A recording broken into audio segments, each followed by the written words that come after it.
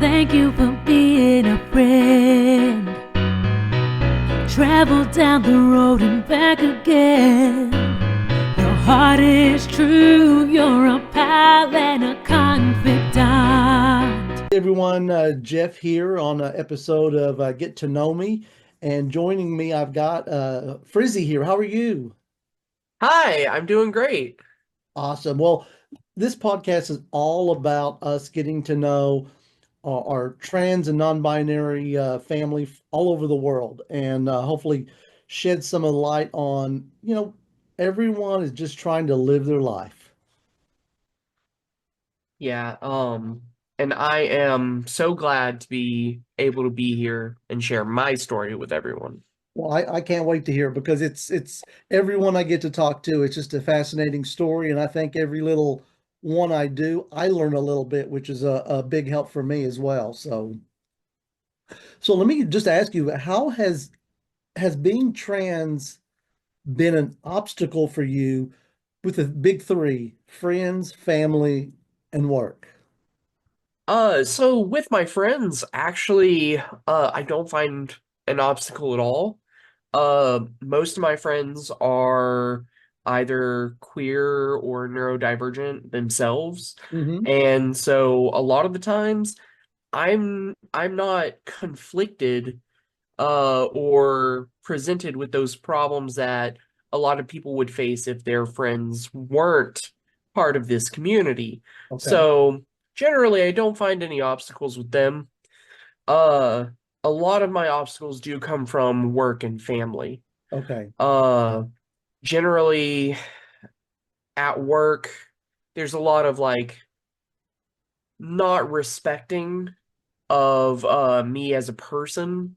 Yeah. So, like if I say I personally don't like the term sir or Mr. or man used towards me.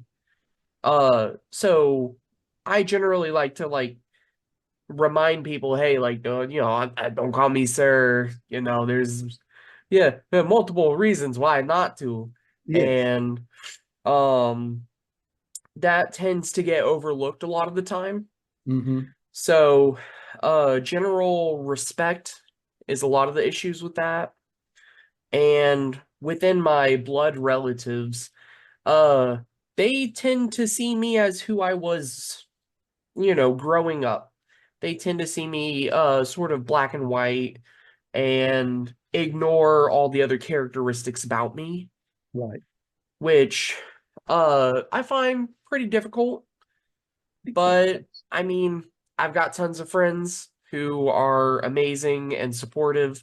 And so I find solace with that. I find my respect with my friends And instead of, yeah, I know our friends are usually the ones that are the most accepting, and it's always to have good to have some really close friends to be there when we need them. exactly. Honestly, I find my friends are more my family than my family most of the time. I got you. I totally know that. Yeah. What pronouns do you use and go by? I actually use they them pronouns. Oh, I've had them tatted on my knuckles so that I is can remind people at work, that is you pretty know? awesome. I love that. Yeah, And I'm just starting to get into, it's hard and difficult the way you've been trained all your life to now switch because I accidentally used he, him with somebody that goes by they, them. And I'm glad they corrected me, but it's so hard to figure out how to fit that into the place where you used a different term before. yeah, it is really difficult to because it's all about retraining yourself and Yeah. catching yourself in those moments. And it's extremely hard to break those habits. I grew up in the South for the most part and the Midwest, and a lot of the time, we say ma'am and sir after everything. Oh yeah. So I've worked and struggled hard to break myself of that habit, and a lot of my friends have like worked to try and break themselves of the habits of saying he and him or she and her without asking the person first. And it's really difficult. Generally, like most people are like ask someone their pronouns, but if I'm not able to ask someone, I just kind of default to they and them. Mhm. Uh, like it, it's to me, it's less like assumptive when I do that, but I for some people it's still pretty difficult, and that it is very difficult to try and like change Yeah. because even for myself it had been hard to stop using it, and like I try to not say sir and ma'am all the time, and that was horrible to stop. Like it was so hard to do. When it's been ingrained in you all your life and stuff, it is kind of hard to stop using it. Yeah. And Like I tend to use that for people that, and I'm one of those now, but people that were always older than me was always ma'am and sir and stuff like that. So yeah. I found that like just repeating something like thank you, and like doing it twice or three times really covers that sir and ma'am part. yes, I But feel you. um yeah, it's always been pretty difficult. And then when most people think of pronouns, they think of just like he, him, she, her, they, them. But funny enough, like sir and ma'am are pronouns. You know, Hmm. Mr. is a pronoun. Hmm. And uh I try to avoid using them as much as possible. And when I tell people, hey, I would prefer not to have that, said about me, I generally like try and get reciprocal respect from it. Sure. One of the hardest things is like addressing everyone in a room. Yeah. And that's one of the ones I've found more difficult, but I say y'all, thankfully. And I prefer that one. That one's a good one. Yeah, y'all's good. Yeah, I agree. So what has been your favorite part of your um, being trans slash non-binary? What's your favorite part of it so far?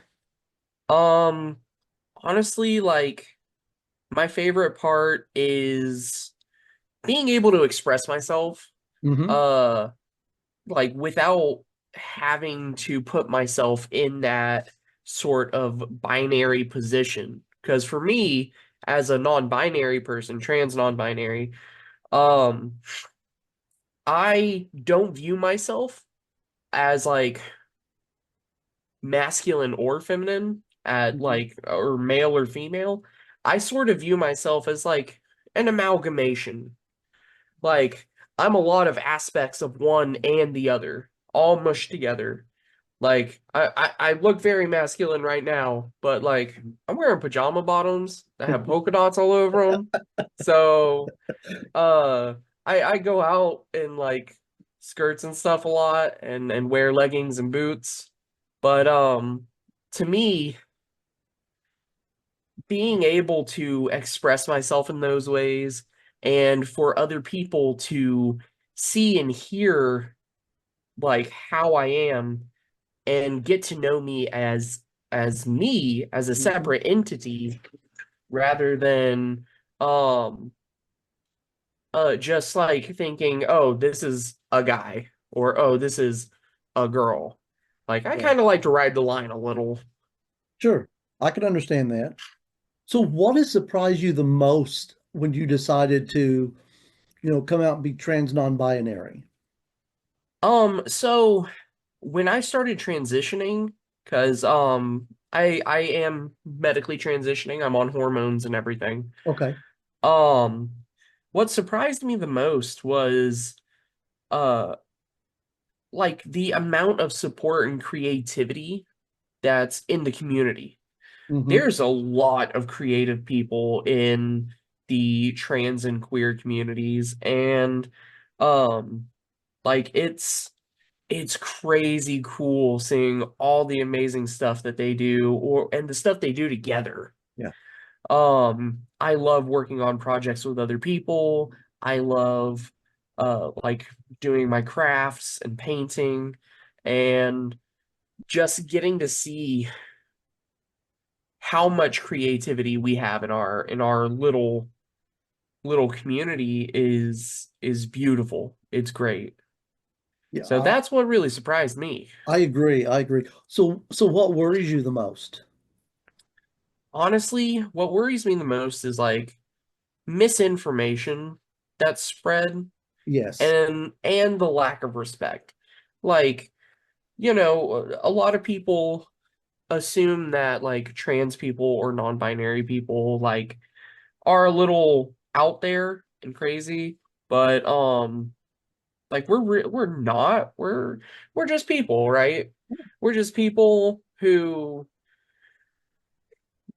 just don't feel right in the ways everyone expects us to be. And the misinformation that's spread really like it scares me because it's like we're just people. That's right. There are some bad people. There's always some bad people. There's bad people everywhere. There always will be. Yeah, but it's like our entire community's not bad people. Right. Like I think of myself as a good person. Hmm. Well, what do you feel has been your hardest part of going through the transition that you're going through so far? So far I feel the lack of understanding from family. Mm, And like of course you don't have to completely understand and totally agree with anyone. Like, you don't have to.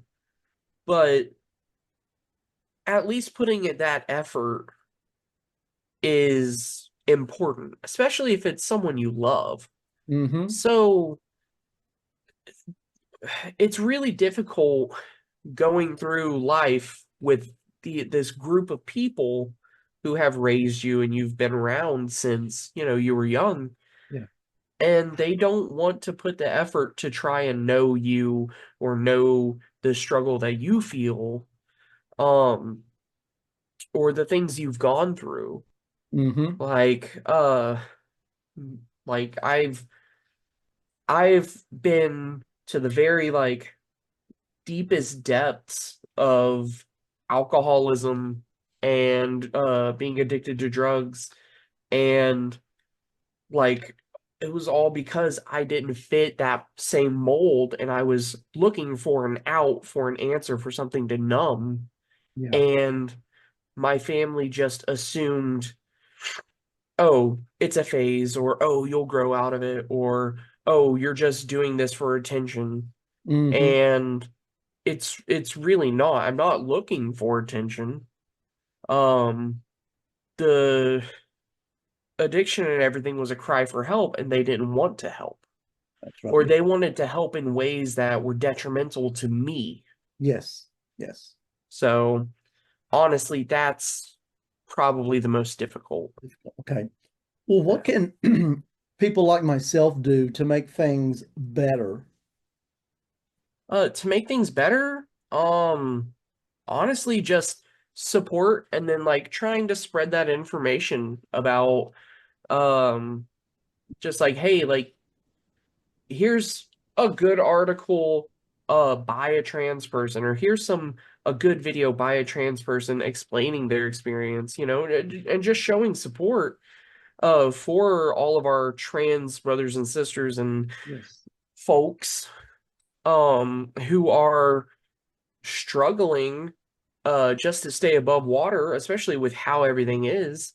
So showing them that support and helping spread information to people that that may not know a lot about trans people. Honestly, before I was working where I was, a lot of the guys I work with had no clue uh what a trans person was, or who they were, Right. or what they could look like, or the different facets. And with me being there, I've been able to help educate them. Are they like paying attention? Probably not, but at least they know someone who's like not crazy like they see in the news. Yeah, exactly. I think sometimes the media puts a bad taste in people's mouth about it. Oh, very much so. Yeah. And that the best we could do is to tell people, hey, here's something outside of the media by a trans person or by people who, support trans people who are explaining it in a way that like might be easier for them to understand. Showing people, like especially with your podcast, showing people, hey, these are people and their experiences. These are trans people and their experiences, and they're just like everyone else. Right. Yeah. And that was the whole reason of me wanting to do this. Yeah, and like this is honestly probably one of the most helpful things anyone could do is being able to get trans and non-binary people's voices out. That way, we can help spread better information Mm. and keep the misinformation at bay as long as possible. Yeah, I agree. So, well, any last words before we get off of here? Um, Honestly, like the best thing to do, like get to know trans people. Like we're pretty cool. And who knows, like you may know someone who's struggling with these feelings on the inside, Mm. who want to understand themselves better but don't have a way to speak about it. And like the best thing to do is to just be supportive and be like, "Hey, I'm here for whatever you need." You know, Yeah. One of the greatest things that helped me was when I came out to one of my friends, he was like, "Oh, hey, I know someone else who's trans and they've been going for a while. Would you like to talk to them?" And so when I talked to them, they gave me a bunch of great tips and information. So being there to support people, that's all I say. Because we're all human and we all need to support each other. Yeah, we just want to live our life and enjoy the life that we have and just let us go. Let us live. Yeah, let us live. Well, it was a pleasure getting to talk to you. I'm sure it won't be the last time, but I know we'll be talking again soon. Well, I can't wait for it. Have a good one. Bye. Bye-bye.